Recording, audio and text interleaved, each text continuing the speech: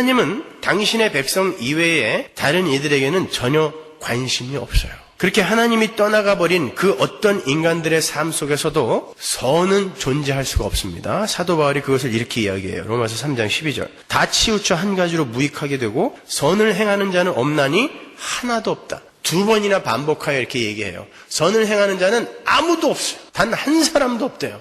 이게 바로 타락한 인류의 현실인 거예요. 그런데 왜 성경에 간혹 하나님이 인간들에게 억지로 죄를 짓게 강요하시는 듯한 표현들이 나오는 걸까요? 그 대표적인 구절이 바로 로마서 9장 17절과 18절이에요. 거기서부터 해결해 보도록 하겠습니다. 성경이 바로에게 이르시되 내가 이 일을 위하여 너를 세웠으니 곧 너로 말미암아 내 능력을 보이고 내 이름이 온 땅에 전파되게 하려 함이로라 하셨으니 그런즉 하나님께서 하고자 하시는 자를 긍휼히 여기시고 하고자 하시는 자를 강팍해 하시느니라. 하나님께서 당신의 능력을 보이고 당신의 이름이 온 땅에 전파되게 하기 위해서 바로를 직접 세우셨대요. 뿐만 아니라 하나님은 바로를 당신의 목적에 맞게 쓰시기 위해 그를 강팍하게 만드셨다 그래요. 얼핏 보면 바로는 그냥 하나님에게 이용만 당하다가 죽어버린 사람처럼 보여요. 17절에 너를 세웠다라는 표현 때문에 많은 이들이 오해를 하는 거죠. 하나님께서 바로를 직접 세우신 것처럼 보이잖아요. 그래놓고 바로를 심판한다라는 것은 언어 도단이에요. 그러나 헬라어 원어로 보면 거기에서 세우다라고 번역이 된 단어는 허용하다라는 의미예요.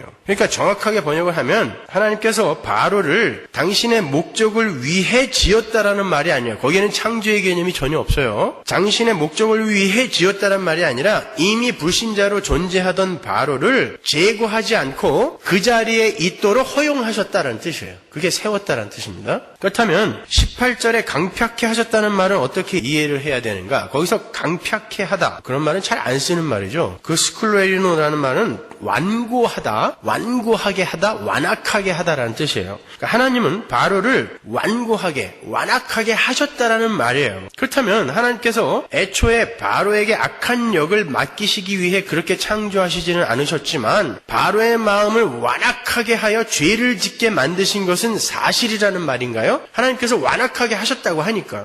출애굽기 4장으로 가면 그 심증이 더욱 굳어집니다. 출애굽기 4장 21절. 여호와께서 모세에게 이르시되 내가 애굽으로 돌아가거든 내가 네 손에 준 이적을 바로 앞에서 다 행하라. 그러나 내가 그의 마음을 강팍해 한즉 그가 백성을 놓지 아니하리니. 바로는 하나님이 못 놓게 해서 안 놓은 것뿐이에요. 내가 강팍해 해서 그가 백성을 놓지 않겠다라는 말은 내가 그의 마음을 꽉 붙들고 완악하게 만들어서 그가 백성들을 못 놓아주게 만들어버리겠다라는 뜻이거든요. 그래놓고 바로를 욕할 수 있어요? 출애굽기 9장 12절 보세요. 그러나 여호와께서 바로의 마음을 강팍해 하셨으므로 그들을 듣지 아니하였으니. 바로가 모세와 아론의 말을 안 들은 건 하나님이 그를 강팍해 만들었기 때문이다라고 모세가 이야기하고 있어요.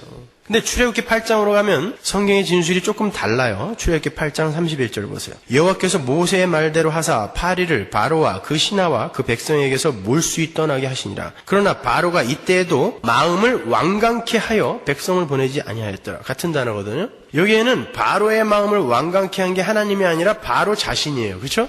이렇게 화해가 불가능할 것 같은 구절들을 대하면서 우리는 그것들을 어떻게 이해를 해야 되는가? 창세기의 요셉의 이야기도 같은 의문을 갖게 해요. 우리가 알다시피 분명 요셉은 악한 형들에 의해 팔려간 거예요. 그들은 그러한 사실에 대해서 결코 핑계댈 수 없어요. 형들이 판 거예요. 그런데 성경은 다른 곳에서 요셉을 판 것이 하나님이라고 그래요. 창세기 45장 7절 보세요. 하나님이 큰 구원으로 당신들의 생명을 보존하고 당신들의 후손을 세상에 두시려고 나를 당신들 앞서 보내셨다. 누가? 하나님이 보내셨다라는 거예요. 애굽으로. 그런즉 나를 이리로 보낸 자는 당신들이 아니요 하나님이시라. 보세요. 형들이 요셉을 판 거예요? 아니면 하나님이 그렇게 시키셨다라는 거예요? 둘 다예요. 시편으로 한번 가볼게요. 105편 24절. 여호와께서 그 백성을 크게 번성케 하사 그들의 대적보다 강하게 하셨으며 또 저희 마음을 변하여 그 백성을 미워하게 하시며 그 종들에게 교활히 행하게 하셨도다. 하나님께서 애굽 사람들의 마음을 변하게 하여 이스라엘 백성들을 미워하게 하셨대요. 그래놓고 홍해에서 다 죽여버려요. 자기가 이렇게 만들어 놓고 이번엔 신약으로 한번 가보자고요. 요한복음 12장 39절. 저희가 능히 믿지 못한 것은 이 까닭이니, 불신자들의 불신의 이유가 나와요. 왜 그들이 안 믿었는 줄 아냐? 라고 이야기하면서 곧 이사야가 다시 일렀을 때 저희 눈을 멀게 하시고 저희 마음을 완고하게 하셨으니 이는 저희로 하여금 눈으로 보고 마음으로 깨닫고 돌이켜 내게 고침을 받지 못하게 하려 함이니라 하셨습니다. 요한이 사람들이 표적을 보거나 복음을 듣고도 믿지 못하는 것은 하나님이 저희 눈을 멀게 하시고 저희 마음을 완고하게 하심으로 마음을 주께로 돌이키지 못하게 하셔서 그런 거라고 이야기를 해요. 그러면 당신이 직접 못 알아듣게 만들어 놓고 나중에 안 믿었다고 지옥에 보내는 게 말이 됩니까? 근데 여기는 분명히 그렇게 이야기하잖아요. 로마서에도 역시 같은 내용의 진술이 기록되어 있어요. 로마서 11장 8절. 기록된 바 하나님이 오늘날까지 저희에게 혼미한 심령과 보지 못할 눈과 듣지 못할 귀를 주셨다. 그래놓고 심판하시면 안 되죠.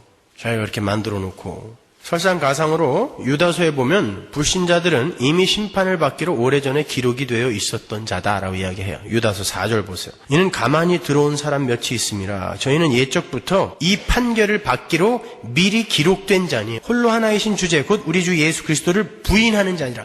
예수를 부인하는 자는 이미 그렇게 되기로 기록되어 있다라고 이야기하잖아요. 사도 바울이. 그래놓고 심판을 받아야 돼요? 믿지 않는 사람들이? 여러분 잘 들으세요. 하나님은 인간을 하나님의 형상으로, 다른 말로 그 말은 아주 뛰어난 존재로 만드셨다는 거예요. 하나님의 형상으로 만드셨어요. 하나님께서 창조하신 모든 피조물 중에 도덕적 피조물이라고는 천사와 사람밖에 없어요. 그 도덕적 피조물들이 얼마나 뛰어난 존재로 창조가 되었는가 하면 그들이 하나님과 능력을 겨루어 보고 싶어 할 정도로 뛰어나게 창조가 되었어요. 그래서 천사가 반란을 일으킨 것입니다. 인간도 그와 방불 했어요. 왜냐하면 하나님께서는 인간을 하나님의 친구로, 하나님의 자녀로, 다른 말로 한 곳에서 함께 사는, 그러려면 같은 속성과 인격이 있어야 되니까 하나님과 같은 속성을 가진 한 가족으로 만드시기 원하셨기 때문에 그렇게 뛰어나게 만드신 거예요. 물론 지금은 인간들이 타락을 한 상태이기 때문에 애초에 그들에게 주어진 총명과 지혜와 능력이 거의 사라져버린 상태이기 때문에 우리가 그걸 다 이해를 할 수가 없어요.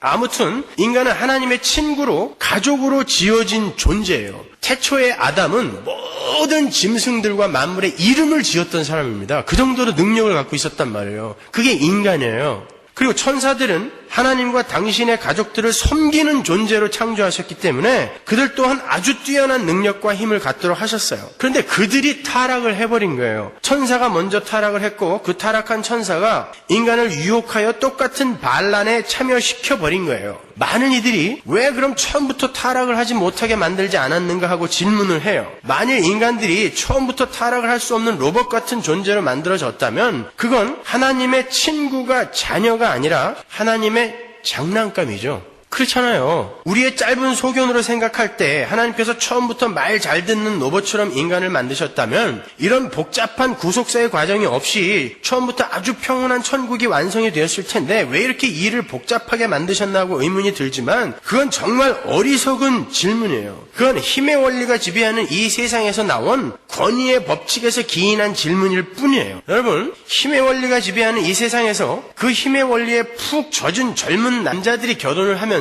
자기의 아내가 될 사람에게 가장 원하는 게 뭔지 아세요? 말 잘 듣고 순종하는 여자예요.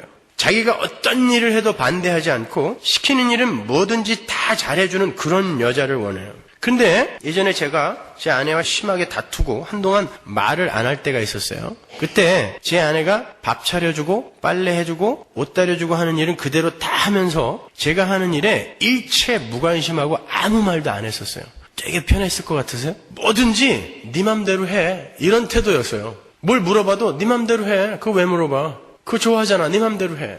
제 결혼 생활 중에 그때가 가장 고통스러웠어요. 뭐든지 제가 하라는 대로 다 해주고 시키는 건 다 하는데 저에게 관심이 없는 거예요. 밥을 차려주긴 차려주는데 그 안에 사랑이 없어요. 주기는 많이 주는데 많이 처먹고 빨리 살쪄서 되져라 이런 기분밖에 안 들어요. 그러니까 옷을 다려주는데도 빨래를 해줘도 의무감에 그냥 해주는 것 같으니까 그걸 받아 입으면서도 아주 힘들었어요. 제가 그때 생각한 게 뭐냐면 이럴 거면 내가 가정부를 하나 쓰던가 아니면 일하는 로봇을 하나 어디서 사서 갖다 놓는 게 낫지 이러려면 뭐하러 사는가 그런 생각이 들었다니까요. 마찬가지인 것입니다. 하나님은 그런 가족, 그런 친구 원치 않으신다라는 것입니다. 적어도 친구나 자녀, 가족이라 하면 자유로운 인격과 이성과 성품을 갖고 자발적인 사랑과 섬김이 전제가 되어야 하기 때문에 그래요. 하나님은 분명 창세전에 당신의 친구들과 자녀들, 가족들을 미리 정해 놓으셨어요. 그리고는 그들에게서 자발적인 사랑과 섬김과 교제가 나올 수 있도록 가르치시기 위해서 하나님의 은혜를 잠시 차단시켜버린 어떤 모델들을 당신의 작정 속에 넣어두신 거예요.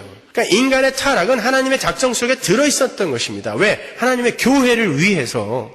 하나님의 은혜를 떠난 천사, 하나님의 은혜를 떠난 인간, 이렇게 하나님의 은혜를 떠난 뛰어난 도덕적 피조물들의 발악과 그들의 열매와 그들의 결국, 그리고 하나님을 떠난 자들이 잃게 되는 총명과 지혜와 능력과 힘, 쉬운 말로 그들의 무능력함 등을 창세전에 택한 당신의 백성들에게 경험하게 하시고 교육을 하셔서 우리 하나님의 가족들은 하나님의 은혜를 떠나서는 절대 행복할 수 없으며 존재할 수도 없다는 것을 뼈저리게 깨닫게 만드셔서 다시는 하나님의 은혜를 떠나지 못하도록 가르치시는 거예요. 그게 역사입니다. 하나님은 당신의 백성들이 이 은혜를 저버린 역사를 통과하면서 그들의 삶 속에서 지옥을 경험하게 하시고 또 영원한 지옥을 천국과 함께 존속시키심으로 말미암아 하나님의 천국 백성들이 계속 그것을 보면서 다시는 그 지옥으로 돌아가고 싶지 않게끔 그들의 인격과 이성에 각인시키시는 거예요. 그래서 여러분은 이 땅에서도 작은 지옥들을 경험하는 거고 천국에서도 그 지옥을 보시는 것입니다. 영원히. 그래서 다시는 선악과 사건이 재현되지 않게끔 하나님이 만드시는 거예요. 인격과 이성을 갖고 있는 내 가족들에게. 로봇이 아니라. 그러니까 이런 거예요. 하나님은 인간을 죄인으로 악인으로 창조하는 게 아니에요. 아주 뛰어난 만물의 영장인 도덕적 피조물로 창조하실 뿐이에요. 그들이 하나님과 맞짱을 떠보겠다라는 그런 마음을 가질 정도의 아주 뛰어난 어떤 존재들을 만드시는 것뿐이에요. 그리고는 어떤 자들의 삶 속에서 당신의 특별 은총을 잠시 걷어버리시는 거예요. 은혜를 걷어버리시는 거예요. 거기에서 그 인간들은 자발적으로 죄와 악에 빠지는 거예요. 하나님과 관계없는 모든 것이 죄이며 악이니까 하나님이 하나님의 은혜와 함께 쑥 빠져버리면 그 뛰어난 존재들이 하나님과 관계없이 자기들이 세상의 왕이 되어 살아보겠다라고 발악을 한단 말입니다. 그 전체를 죄라고 하는 거예요. 그러니까 하나님이 죄를 조성한 게 아니에요. 하나님이 죄인을 만들고 하나님이 악인을 만든 게 아닌 것입니다.